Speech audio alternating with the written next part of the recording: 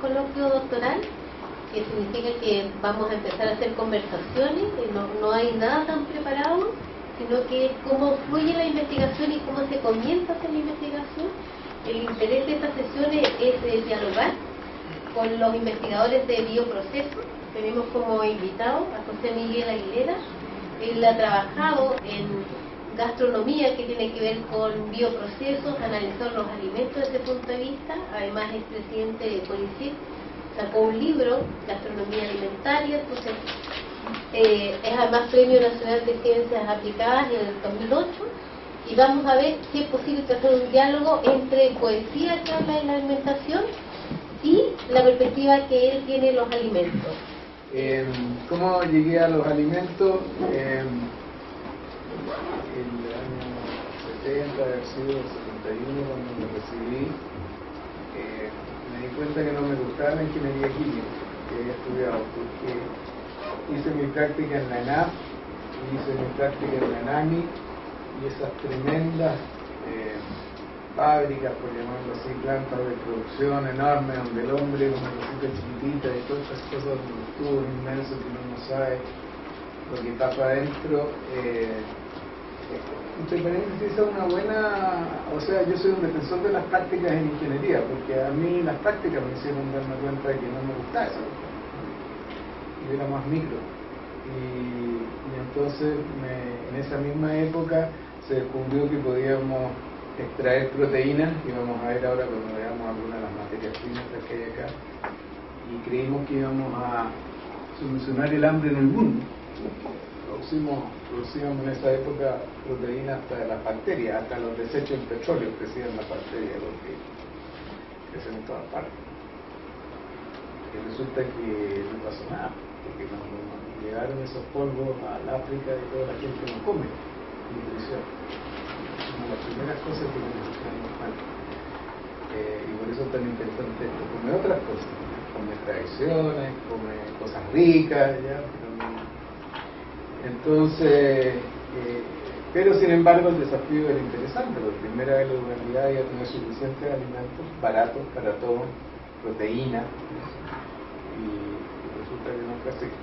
Entonces yo me dediqué a los alimentos, desde ahí no he parado hasta ahora.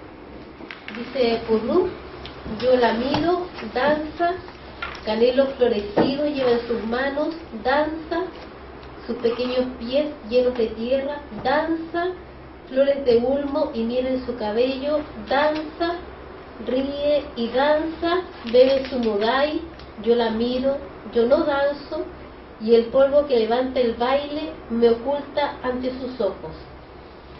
Desde el campo de la literatura ponemos atención en cómo se elabora una voz poética para relatar y poetizar algo, y entonces lo primero que nos llama la atención es la extrañeza. Por ejemplo, la palabra purrum, que es una palabra en mapudungún que significa bailes, los bailes que hacen los grupos mapuches y que representan pájaros. Entonces la comida, que en este caso es el mudai, aparece en un contexto de ceremonia.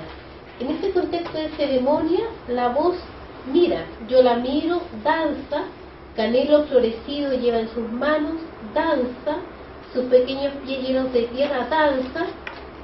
Pero si nos fijamos, cuando va terminando el texto, dice, yo la miro, yo no danzo. Entonces hay una separación de la voz poética, hay una distancia con ese ritual. Y además esa distancia se incrementa porque dice, y el polvo que levanta el baile me oculta ante sus ojos. O sea, lo que ve representado se fuma en el texto. Entonces, ¿qué podemos quizás concluir? De que esta ceremonia es puesto que es un poema contemporáneo, es también la actualización de una tradición en donde está esta bebida, pero que el poeta que inventa esta voz no puede tener total acceso y se esfuma. Por tanto, la bebida aparece como una memoria que se intenta recuperar y resemantizar. Nos parece que la comida tiene que ver entonces con la identidad y la memoria. ¿Qué te pasa a ti con el mudai en general? ¿Qué es el mudai? La poesía del mudai la tienen, ahora no es la ciencia del mudai. Eso queremos. Entonces dice la receta, se lava el trigo con agua fría. Esto es normal, ¿no es cierto? Cualquier materia prima en cualquier industria siempre se lava antes para limpiarla de la contaminación que puede tener, algunas cosas, incluso pesticidas o residuos que han quedado en su superficie, porque en el interior se supone que los alimentos son estériles, ¿ya? Aunque los huevos de repente adentro tienen salmonela y cosas así, pero por ejemplo un trozo de carne uno lo contamina cuando lo corta con el cuchillo que está cortando. Se supone que en un animal sano la carne, las bacterias en la sangre no existen y por lo tanto son estériles. Entonces lo lavan, dice, se cuece durante 1 hora. Ya. Esto es importante porque, según he leído, una de las razones por las cuales se cree que el hombre evolucionó al estado en que estamos hoy día es porque aprendió a cocer los alimentos. Porque los alimentos cuando se cuecen, especialmente si tienen almidón, como ver más adelante, que este es el caso, el almidón se hace disponible para ser digerido como calorías, transformarse en calorías. Nosotros somos vacas, las vacas pueden comer pasto, nuestro sistema digestivo es sumamente sencillo, solo el estómago, el intestino. Entonces, la gracia fue de que al descubrir el fuego y al cocer los alimentos, produjo transformaciones en los alimentos que hacen que las cosas estén más disponibles, y por eso no es raro de que muchos de nuestros alimentos los consumamos cocidos, fuera del efecto que tiene sobre el sabor y quizás algo de presentación y qué sé yo. Entonces, se cuece durante 1 hora. ¿Por qué? Porque nadie de nosotros nunca ha comido trigo crudo. ¿Se han preguntado por qué no han comido nunca trigo crudo? No tiene nada de malo, porque no pasa nada, no sabe a nada, porque no, claro, ¿no? El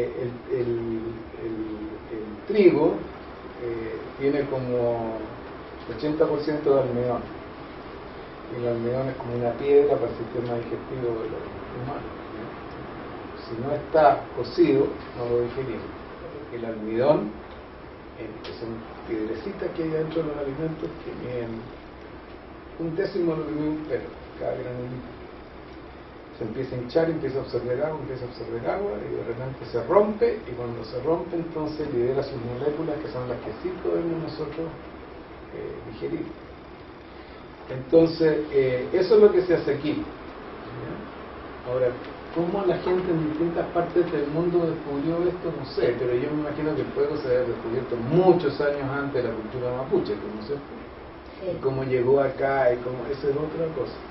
Pero entonces la primera lección que tenemos de esto es que si todos estos alimentos no tienen almidones, montones, ¿no es cierto? Todos los tubérculos, la papa, la mandioca, todas las legumbres, poroto, garbanzos, lentejas,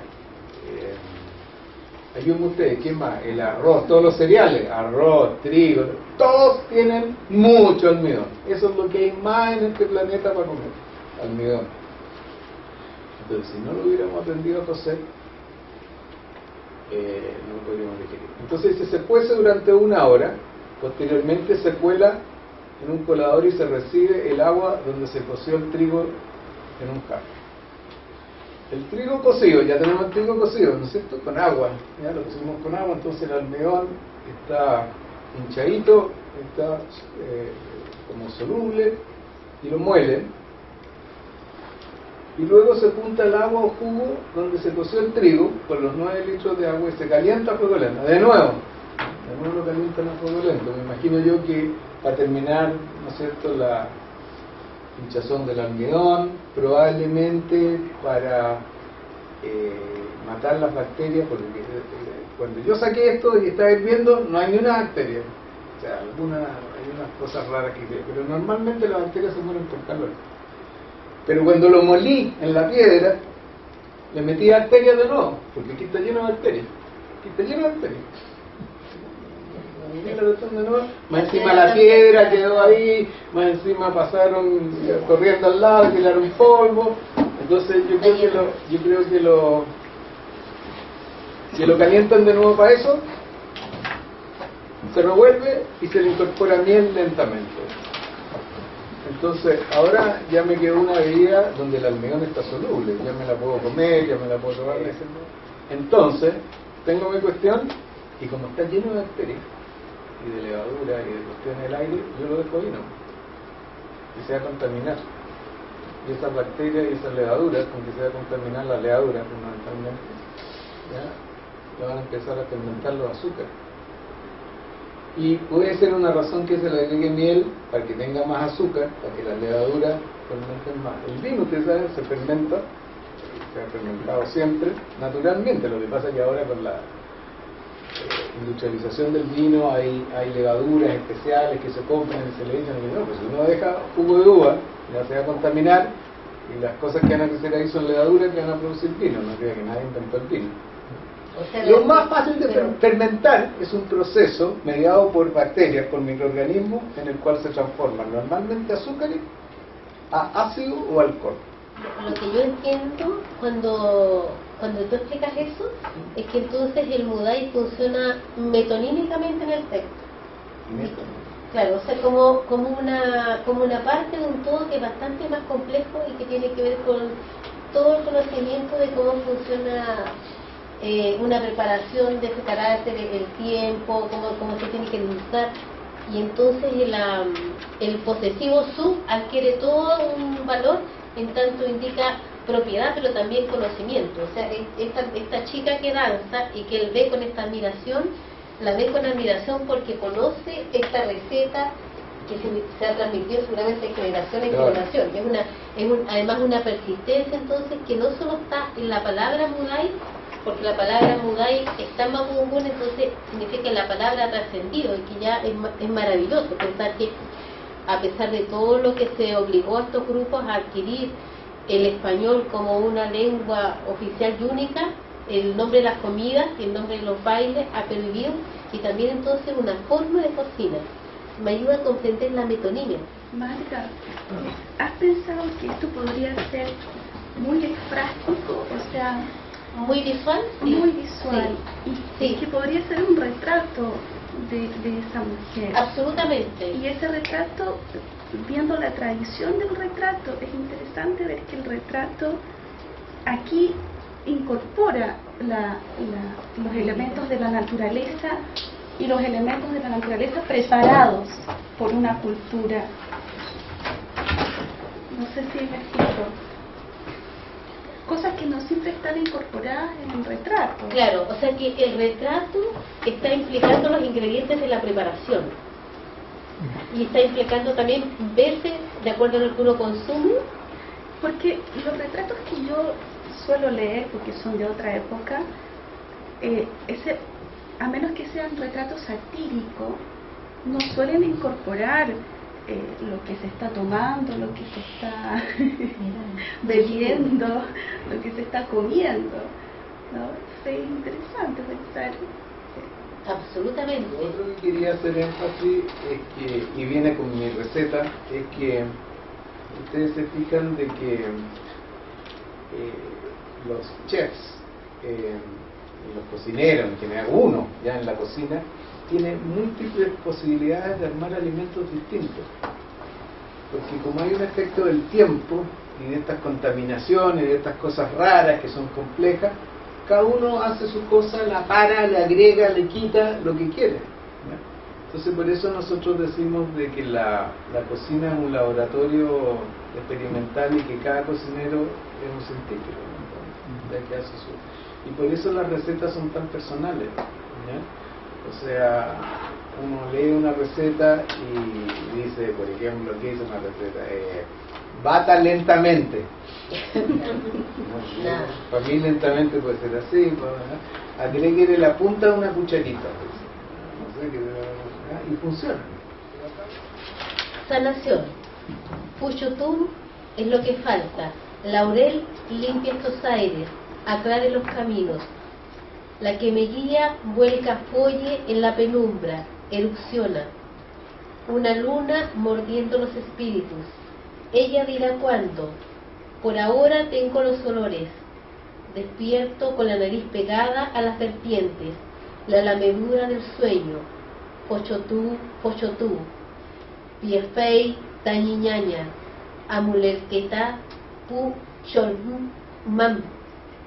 Cantará la niña su canto antiguo si conoce la madre su raíz, si llena su boca con hierbas sanadoras, tusilago para la pena que le derrama en tos asmática por el pecho, palque para la cabeza fiebrada, sin tralilonco, matico cicatrizará heridas de parturientas, cuando venga su luz.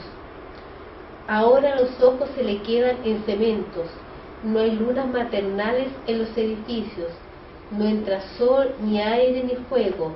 La muchacha tendrá que hacer machitún. Los brotes de las maderas pujan en sus lenguas. Un pehuen de aroma en par.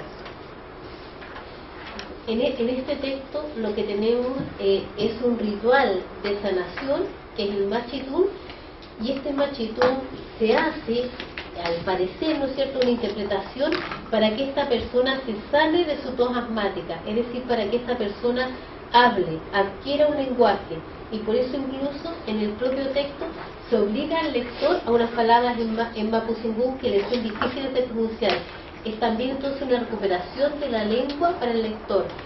Esta enfermedad está en la ciudad, en un lugar enfermo, y la única forma de recuperarse es ingiriendo algo, no tan solo, por ejemplo, todas estas hierbas como el tusilago, sino que también ingerir un pehuen. ¿Qué importancia tiene el pehuen como alimento? Encontré otra parte donde describen químicamente lo que es el piñón. Entonces dice, es rico en agua, será cuando está antes de deshidratarlo. Almidón, nos volvió el amigo almidón, que nos va a volver 1000 veces cada vez que veamos de alimentación humana. Toda dieta humana que permitió a una civilización sobrevivir tiene que tener almidón y proteína, al menos. Y el almidón, si es que no se cuece, como veíamos recién, no pasa nada. Luego, hasta que aprendieron a cocer el almidón. Que paréntesis, otra de las teorías dicen de que si no hubiéramos descubierto la cocción, nunca habíamos podido romper el almidón, ¿no es cierto? Y nunca hubiéramos podido desarrollar el cerebro, porque el cerebro requiere como 25 veces más energía que cualquier otra, o sea, las neuronas, perdón, que cualquier otra célula del cuerpo humano. En este momento el cerebro, las neuronas están, no sé, no que sea pretencioso, pero el de todos nosotros, trabajando igual que trabajarían las células de un músculo mío si estuviera corriendo la maratón. Eso es más o menos la cuestión. Sobre todo cuando trato de interpretar estas cosas, pero más rápido, como 100 metros, como Usain Bolt, más o menos. Entonces dicen agua, almidón, fibra dietética, esto está muy de moda, ¿no es cierto? Fibra dietética, hierro y calcio. Entonces dice, el almidón produce energía para los procesos metabólicos, ¿no? Y la fibra dietética es importante para el sistema digestivo. Entonces, lo otro que dice es que parte de este almidón en realidad es resistente y no se convierte en calorías. Normalmente las culturas se desarrollaron en base a una fuente de almidón y una fuente de proteína. Ustedes ven los chinos, arroz y soya, del oriente, digamos. En América, maíz, papa y frijoles, que tienen la proteína. ¿Ya? Siempre son combinaciones básicas, sencillas, que se han prolongado en las comidas clásicas, ¿no es cierto? Normalmente nuestras comidas clásicas, que son legumbres, con alguna fuente de... Bueno, las legumbres tienen las dos cosas, ¿ya? Tienen alta proteína y tienen alto almidón. Entonces yo lo que creo, ¿y qué otra? Pero el maíz entró con los españoles, ¿no? Entró con el maíz. No, El trigo ¿sí? el trigo entró con los españoles, pero el maíz no, porque también lo cultivaban los incas. Y entonces, ¿qué más comían? Porque no pueden haber comido solamente... Comían papa, charqui, Papa también, ¿ah? cochayuyo, luche, Sí. Ya. todos los mariscos Ya. en general de orilla, ¿no? Y una característica que es muy importante leyendo este y el poema anterior es que la comida en general, desde el punto de vista contemporáneo, para nosotros es demasiado recocida. Y en ese sentido la fusión entre la comida española y la comida mapuche hizo una cruce fatal, digamos, que se transforma simplemente en solo comida recocida Ya. y muy pocas cosas frescas, ¿ya? O sea, es como muy poca relación con lo crudo, Ya. ¿no? Entonces los pehuenes o incluso también algunos hongos, ¿no? Sí, los digüeños. Los digüeñes también se cocinan básicamente Claro. de forma muy un poco como la cazuela con piedra, ¿no? O sea, que le tiraban adentro a la comida las piedras enteras Claro. para que eso produjera ya un hervor Claro. que alcanzara más de los 100 grados. Eso también se practica en la cultura mapuche, ¿no? Sí. Eso lo había visto en los mexicanos, en una sopa que se calienta en una piedra caliente, Claro. se sirve fría y te la ponen así. En Chile, por ejemplo, en el norte de Chile, la cazuela de piedra es una comida tradicional. Entonces, pero lo recocido me parece que es interesante pensando en la ruptura de la estructura, ¿no? De lo que tú planteas del almidón, ¿no? Y parece interesante también remarcar la cuestión de que cuando se piensa almidón y proteína, no necesariamente estamos pensando en proteínas animales. No. ¿Podrías explicar cómo esa...? Claro, porque lo que yo les decía recién, que las grandes culturas se desarrollaron en base a una fuente de almidón, ¿ya? Por ejemplo, el arroz tiene muy baja proteína, ¿ya? O sea, 11%, 10% de proteína, y la soya muy alta, 40%. Entonces, mezclaban las dos cosas, los frijoles, los porotos, alta proteína, y el trigo tiene baja, o el maíz tiene baja proteína, ¿no? Pero tiene mucho. Entonces, eso hizo de que siempre que, excepto en algunos casos muy raros, como son los que ahora se llaman inuit, que son los esquimales, ¿ya? Donde ahí no había mucho y se alimentaban solamente productos del mar y carne de foca, lo cual, en resumen, dice, y esto es muy pertinente hoy día donde se habla tanto de que habrían dietas mejores y habrían alimentos mejores, que el ser humano se desarrolló en ambientes muy distintos, comiendo cosas muy distintas, y que por lo tanto, antes de ser tan ¿cómo se llama? Selectivos, rigurosos o débiles, ¿ya? Débiles en cuanto a cosas que uno come o no come, somos tremendamente fuertes, somos el producto de la sobrevivencia en cualquier medio que exista en este planeta, sobrevivió el hombre.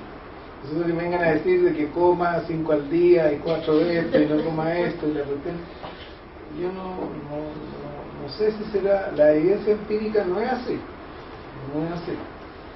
Ahora, cuando usted menciona los esquimales, ¿Sí? y nos vemos estas dietas como saturadas de almidón y proteínas vegetales, surge desde mi punto de vista otra pregunta.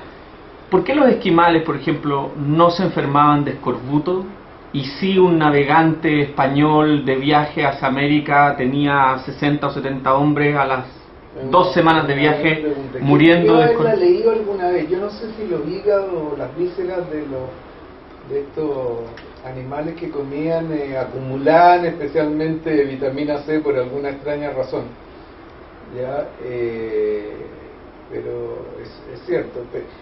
Pero déjame usar ese ejemplo. Hay un movimiento en Estados Unidos que aquí obviamente nadie, la prensa popular no lo reporta porque no les conviene, es políticamente incorrecto, que se llama que critica una corriente que se denomina el nutricionismo. La nutrición partió en el siglo XX, en el siglo XX, y los nutricionistas fueron extremadamente exitosos, ¿ya? En un tipo de cosas que se llaman las carencias. Entonces, el escorbuto moría alguien y los nutricionistas descubrieron que era la vitamina C. Tú le das una pildorita de vitamina C a una persona y no tiene nunca más esa enfermedad, ¿ya? Por ejemplo, hasta hoy día, avitaminosis y vitamina A existen en muchas partes del mundo. Hay 4 millones de niños ciegos, no sé, en mi libro aparece la cifra, no sé cuántos niños quedan ciegos en el mundo porque no tienen una vitamina. Los nutricionistas descubrieron eso, Pero tú le das una vitamina o suplementas un alimento. ¿Por qué la sal yodada? Porque el yodo es un elemento que los nutricionistas descubrieron que interviene en alguna, que si hay una carencia de eso, nosotros manifestamos una enfermedad, entre comillas. Todo bien. Llegó el siglo, mitad del siglo XX, como les decía, y hasta a mí me fascinó la idea de que si teníamos montones de proteínas íbamos a solucionar el problema del hambre en el mundo, y en algunos países como Chile suprimimos el hambre y la desnutrición, carencia, ¿no? Tú lo miras retrospectivamente, es súper fácil, o sea, que lo tienen que comer, si tú le hay que comer, se mejora. Fácil. Hoy día el problema es distinto. Hoy día es exceso de alimentos. Eso es lo que yo le digo a mis colegas nutricionistas. Ahora los quiero ver. Porque la otra era fácil. Carencia, decirle a alguien que coma más cuando no tiene que comer, fácil. Decirle a alguien tome esta pastillita y se va a mejorar, fácil. Pero ahora, quitarle una McDonald's a un niño de la boca y decirle no comas porque ya te comiste otro, eso es muy difícil. Inventar alimentos, que sea. Entonces, ahora la tienen difícil, ¿verdad? Y si ustedes ven, las únicas soluciones que tienen son estas como dietas, pero no es la gracia, ¿no es cierto? Pasar a dieta. Entonces, eso venía por lo que tú me preguntaste. El exceso de... entonces estaba hablando de nutrición. Una de las cosas que se le viene difícil a la gente de nutrición, se le viene difícil porque no es fácil decirle a la gente que no coma, ¿no es cierto? Entonces ustedes ven que hay todos los nutricionistas en toda una cuestión de que si mezcla esta proteína con este producto verde y no sé qué, nada, la ley de la termodinámica que yo enseño en primer año de ingeniería rige, una caloría. Y olvídate que nada, entonces el nutricionismo, hay mucha gente en Estados Unidos que dice que este enfoque de tratar la alimentación humana como algo de carencia, que fue muy exitoso en el siglo XIX, hoy día es un rotundo fracaso y hay gente tremendamente crítica a los nutricionistas. Yo tengo amigos nutricionistas, muy buenos amigos, y no soy tan crítico, pero es verdad. Pero vos dices, y África, con esa cosa que uno lo asustaba, que si no comía los niños de África, o sea, los niños de África son casos extremos de desnutrición, extremos. Pero yo en mi libro me dediqué a ver, por ejemplo, gente que no es que haga experimentos, pero por ejemplo, huelguitas de hambre. Se lo ven en los diarios, 63 días pasaron en huelga de hambre, perdieron 15 kilos, 20 kilos. ¿Cuál es la consecuencia de eso? Cero. Nada. Eso nuestros antepasados lo sufrieron millones de generaciones, no, cientos de generaciones sufrieron eso. Tienen que comer durante mucho tiempo, tienen que sobrevivir. Hay una tormenta de nieve, están en la caverna y se quedan ahí y sobreviven. O sea, yo creo que la especie humana se ha logrado llegar a donde llegó porque son tremendamente resistentes. Otro ejemplo, un viajero, un expedicionario británico que estuvo, no sé, en mi libro está 38 días en el Océano Pacífico tratando de cruzar en una balsa, comiendo pescado de ahí del mar y incluso tomando, bueno, no sé qué cosa, pero agua del mar también. Y sobrevivió. Y no, ¿cuáles fueron las consecuencias? Nada. Y entonces, por lo tanto, estas dietas que nosotros, por ejemplo, vemos aquí y este tema del experimento, porque finalmente, tal como usted dice, en la estructura de la cocina, que hay experimentación, ¿no? Cuando vemos que aquí dice que la resina del pehuen, o sea, toda esta experimentación, ¿cómo la recibe todavía, por ejemplo, la ingeniería? Porque muchas de esas están consideradas simplemente anacronismos de cuando no existía la ciencia, ¿no? Pero la pregunta es, ahí, en todos esos ensayos y errores para llegar al punto de cocción o para el punto de la chicha, ¿no? ¿Cómo ustedes recuperan eso cuando aprenden su ciencia? ¿Hay una recuperación? Hay dos cosas ahí que son distintas. Uno, que yo creo que aquí hay una cosa de medicina popular, ¿no es cierto? Claro. Donde no hay, es pura cosa empírica nomás, ¿no es cierto? Pero seguramente algunos de los remedios nuevos si uno los ve, tienen sus precursores en estas cosas y ahora se sintetizan o qué sé yo. ¿Ya? Pero esa es la parte de sanación corporal, digamos. Claro, ¿Ya? o sea, la sanación corporal llega tanto por ingerir claro. el piñón, No, pero son pero las también, resinas por del ejemplo, piñón, el ¿no? parque, el tucinago, también es un conocimiento polar. claro. Ahora yo diría que Al final somos puras moléculas, ¿no? Nos guste o no, pues. Entonces, si está la molécula ahí, usted sabe que la aspirina viene del sauce, ¿no es cierto? sí. Después la empezó a sintetizar la Bayer, pero viene del sauce, ahí está el ácido acetilsalicílico y está ahí. Entonces, ahí hay una cosa. Y Ahora, lo otro lo viene de la interesante es que alimentación. son varias cosas que tienen que ver con lo antiséptico. Por ejemplo, cuando dice el También. folle, el canelo, y la resina de las hojas de canelo es un antiséptico. Y tú nos enseñaste ahora que también esta otra resina sanaba úlceras. Claro. El parque calma la fiebre. Entonces todo tiene que ver con sanación y una recuperación del conocimiento de esa etnia para sanarse a través de ciertas infusiones y a través de ingerir piñón. Vamos con el último texto, estamos viendo ahora. Cuando de viaje, hija, salgas al mar, cuando de viaje, hija, salgas al mar, ten siempre en tu corazón a Huentellao. Llegar hasta allí es tu destino. A Camilo, Calcus y Anchimayenes no temas, tales espíritus nunca hallarás, si tu alma no los pone en el camino. Detente en Pucatrihue, Choroy, Traiguén, recolecta como tus antiguos rulama, lunfo y sobre todo algas, todo tipo de algas. Y si pobre encuentras la isla, el viejo no te ha engañado, hermosa como has llegado a ella, sabrás del lugar, donde los pájaros van a nacer con los ojos cerrados. Desde el punto de vista literario, podemos decir que el texto es una didáctica, es un formato de enseñanza de un padre a su hija, y es una enseñanza fuera del centro de la metrópoli. Es, por ejemplo, detente en Pucatrihue, Choroy, Traiguén, que son todos los lugares rurales y algunos de ellos más cerca del mar, y ahí inicia una economía más recolectora, que yo creo que es uno de los problemas que tiene también esta forma que ellos han valorizado simbólicamente, es que están apostando a la recolección y no, por ejemplo, a un intercambio de acumulación. Entonces recolecta.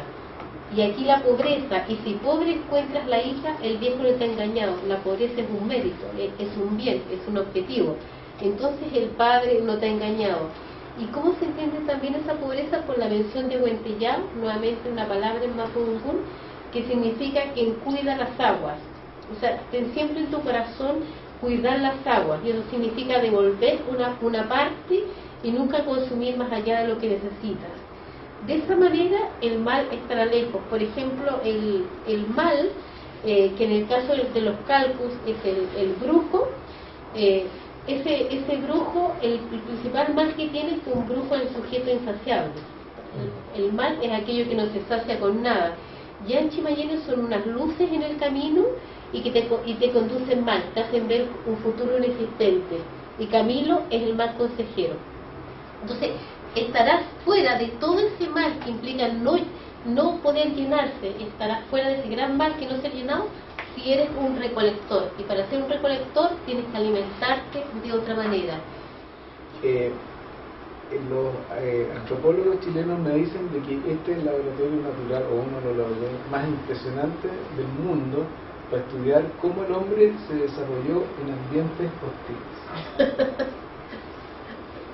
Porque me dicen, mira, me dicen los antropólogos del norte, Universidad de Tarapacá y todo, me dicen, mira, aquí tenéis el desierto más seco del mundo. Y la cultura chinchorro tiene momias, tiene 13.000 años, 8.000 años, de 8.000 años atrás, 3.000 años antes que las momias egipcias.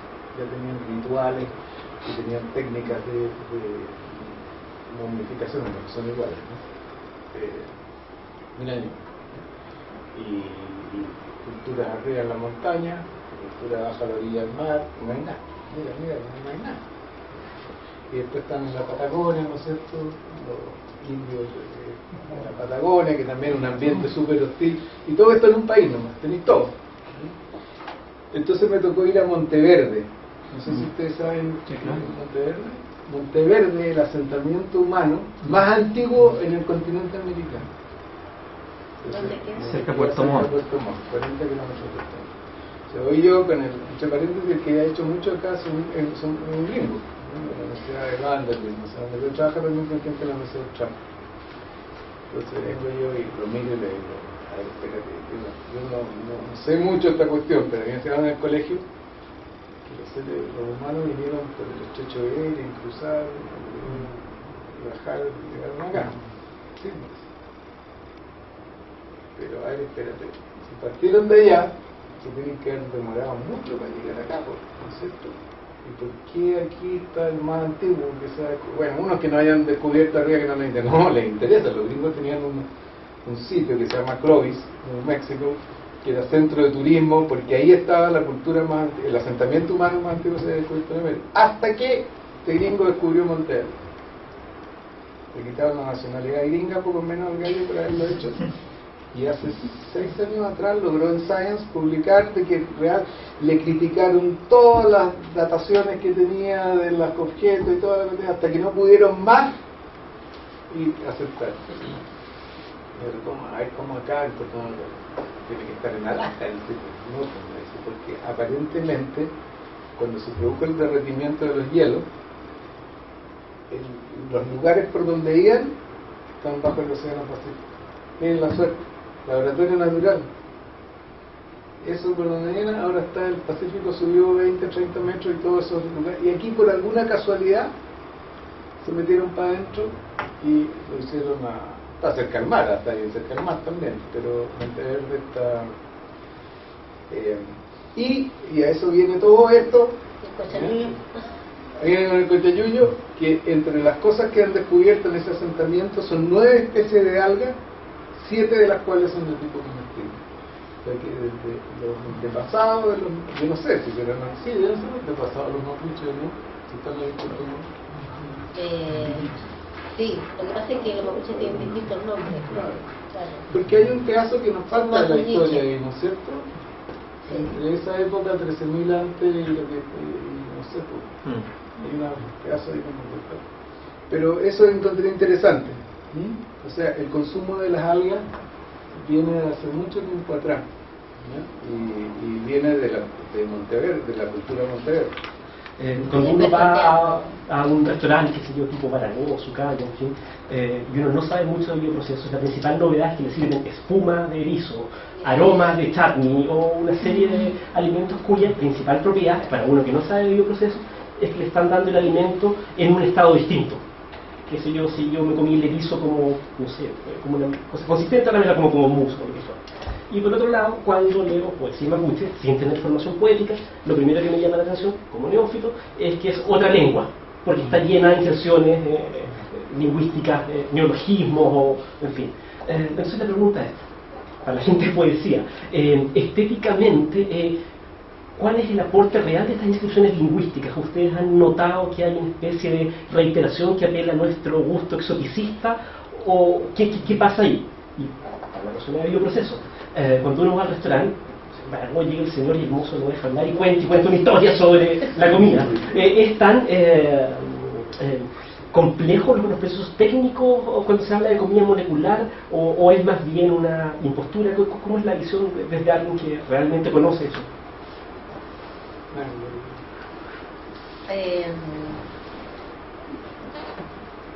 Yo diría que no es exotista, porque exotista quizás es cuando pensamos, por ejemplo, en una escuela como el criollismo, o sea, cuando la voz enunciadora pertenece a otra cultura. Ahora aquí tenemos un sujeto que pertenece a la cultura mapuche y que tiene un drama, y ese drama en general es que estos poetas no hablan mapuche. Estos poetas están aprendiendo ahora a hablar en mapudungún, pero a pesar de no hablar en mapudungún, la tradición tiene ciertas palabras y por tanto recuperar esas palabras es recuperar para ellos una posibilidad, y la hipótesis de nuestro grupo es que esta poesía tiende a la aculturación chilena, es decir, quiere desmarcarse cada vez más de los chilenos, incluso ¿Esta poesía es contemporánea? Sí, contemporánea. La más Sí. antigua presentada acá es de 1999, Ya. las que están acá. Con eso, lo que nosotros queremos decir es que ellos este proceso de aculturación parte porque ellos, como ustedes ven en esto, todavía hay un formato que tiene que ver con la tradición occidental en términos poéticos, pero otros autores, ustedes leyeron acá tu interrogación de Colipán, tiene un formato de la cultura occidental, o sea, la forma poética es similar, pero cuando uno lee, por ejemplo, de Adriana Paredes Pinda, ahí hay otra cosa. Aquí lo que se recuperan son las formas del canto y ciertas formas de ya discursivas de habla del mundo mapuche. Por tanto, ellos han ido de un proceso de recuperar y reinventar cada vez la memoria, lo que nos sitúa, nosotros creemos, en un problema cultural grave. O sea, puesto que acá el intento no es de hibridarse, sino de salirse de la hibridación. Por eso están cambiando la antigua novela de adaptación que ellos tenían cuando se trataban de adaptar y de vestir y de comer como los chilenos, hacia un proceso de separación en términos simbólicos. Eso es lo que se constata en los textos de poesía. Entonces yo no diría que hay exotismo, sino que incluso hay más invención de una nueva identidad separada de los chilenos. Yo creo que hay dos cosas ahí. Por un lado hay una sofisticación del sabor, del paladar, de la nariz, que ciertas personas entrenadas la tienen y la distinguen. Y por otra está toda esta acumulación de ciencia que, como yo les decía, como la industria alimentaria está tan controlada, está tan limitada en lo que puede hacer. Sin embargo, la ciencia está, ¿ya? No sé, deben haber 100 departamentos de ciencia de alimentos en el mundo, ¿ya? Haciendo investigaciones, y de ahí no sé si el 0,5% llegará a completarse en alimentos nuevos. Entonces, como había esta acumulación de ciencia y había esta sofisticación en el placer de comer, ¿ya? De algunas élites, qué sé yo, sobre todo en Europa y Estados Unidos, se juntaron las dos y dieron origen a estos nuevos restaurantes sofisticados. De hecho, si ustedes se rigen solamente por el ranking de restaurantes, de los 10 primeros del mundo, 9, si no los 10, son de este tipo de restaurantes. O sea, muy sofisticadas, elaboraciones incluso en la estética, ¿no? En ese sentido, antes planteaste la noción de que básicamente hay muchas agregaciones que se realizan con los alimentos que tienen que ver con el sabor y con el aroma. ¿Y cuál sería como el rol? Porque uno aquí lee las designaciones y los nombres o las materias primas con que se hace algo, pero otra cosa es el cuerpo y el rechazo y el asco y la repugnancia, ¿no? Que es una cuestión sumamente interesante, porque finalmente algo de todas estas mediaciones, lo que mencionaba el colega cuando decía, cuando uno es niño le provoca asco, ¿no? O unas personas, por ejemplo a mí el piure me provoca horror, o sea, simplemente no soy capaz de tragarlo, ¿no? Entonces, tú mencionaste la cuestión del sabor. Hay ahí una ciencia del sabor y una ciencia del aroma para lograr que las personas gusten más de algo o no gusten más. Parte de entrenamiento, cultura, es saber, pero otro viene en el hardware de uno. Por ejemplo, yo no tengo una lengua muy privilegiada, tengo pocos receptores, ¿no es cierto?, por genética nomás, ¿no? Y puede que tenga pocos receptores olfativos en la nariz también y no soy capaz. Y lo otro es la integración que se produce en el cerebro. Una de las cosas más importantes que están ocurriendo hoy día en el estudio de los alimentos es cómo los alimentos influyen en nuestra percepción de los alimentos. De hecho, en la versión del libro en inglés me conseguí que en la clínica Las Condes me hicieran un escáner mientras comía chocolate. Me seguí con los médicos, entonces los médicos, súper buena gente, me pusieron en la... se entusiasmaron. Y cuando me dijeron, ven un sábado nomás porque necesitamos harto tiempo y ahí no tenemos pega. Entonces llegué y tenían lleno de frasco arriba del resonador, la cuestión de resonancia, tenían una cosa calefaccionada con chocolate derretido y una manguerita, ¿no? Y una con agua aquí y una manguerita. Entonces me metieron adentro. Ustedes han hecho, es lo más desagradable del mundo, porque ese ruido tac, tac, tac, y además que quedé en una posición media doblada y no me podía mover. Entonces me tiraban chocolate que yo tragara y registraban y se iluminan ciertas zonas del cerebro. Entonces eso es lo que ustedes leen hoy día, que dicen de que los alimentos son adictivos y que las empresas de alimentos han sabido esto siempre y saben todo dónde están los centros y te tiran el McDonald's entonces derecho al centro de la adicción como si fuera cocaína, ¿no? Es verdad que muchos de los lugares en el cerebro que se te activan, porque lo que miden ellos es flujo sanguíneo, eso es lo que hace el aparato. Si hay más flujo sanguíneo, quiere decir que las neuronas trabajan más, ¿no? Entonces por eso saben más o menos. Es cierto que muchos coinciden con los centros que se activan en las adicciones de drogas. Entonces esa es una de las cosas más interesantes, porque esto es como los cuadros puntillistas, ¿ya? Si tú tuvieras un cuadro puntillista y los compusieras en los puntos y los dejáis los puntos ahí todos botados como un rompecabezas, ¿ya? Seurat, ¿no es cierto?, los junta todos y hace el cuadro maravilloso, y otros lo ponen de otra manera y sacan, y a algunos les gustará lo que hicieron, pero no es Seurat, ¿no? Y otros no hacen nada. Es lo mismo que pasa con los alimentos, ¿ya? Algunas personas ciertos sabores y cosas le desarrollan imágenes cerebrales, que eso es lo que están investigando, como las sensaciones nerviosas que vienen de los sentidos, porque además hay músculo, ¿no? Es tacto también, no es olfato o gusto, es tacto, ¿ya? Cuando yo mastico la textura va mandando señales, ¿ya? Y hay temperatura y una serie de otras cosas que se tienen que integrar en el cerebro y armar una imagen que se llama cerebral. Y como les digo, algunos armarán la imagen de un cuadro fabuloso y otros arman una cosa que es horrible y que... Pero los gustos también se adquieren, ¿eh? Mucha gente, ¿cuántos de nosotros no habían cosas que no nos gustaban antes y que después nos empiezan a gustar? O sea, hay mucho entrenamiento. Yo tenía más preguntas, pero estamos en la hora. Quiero agradecerle a José Miguel, porque realmente apenas yo le dije está la posibilidad de este coloquio y de pensar el tema de dos ángulos diferentes, inmediatamente se aceptó diciendo no tengo idea, pero me aplico. Efectivamente, digo, claro que no tengo idea. No, efectivamente es un científico, así que muchas gracias.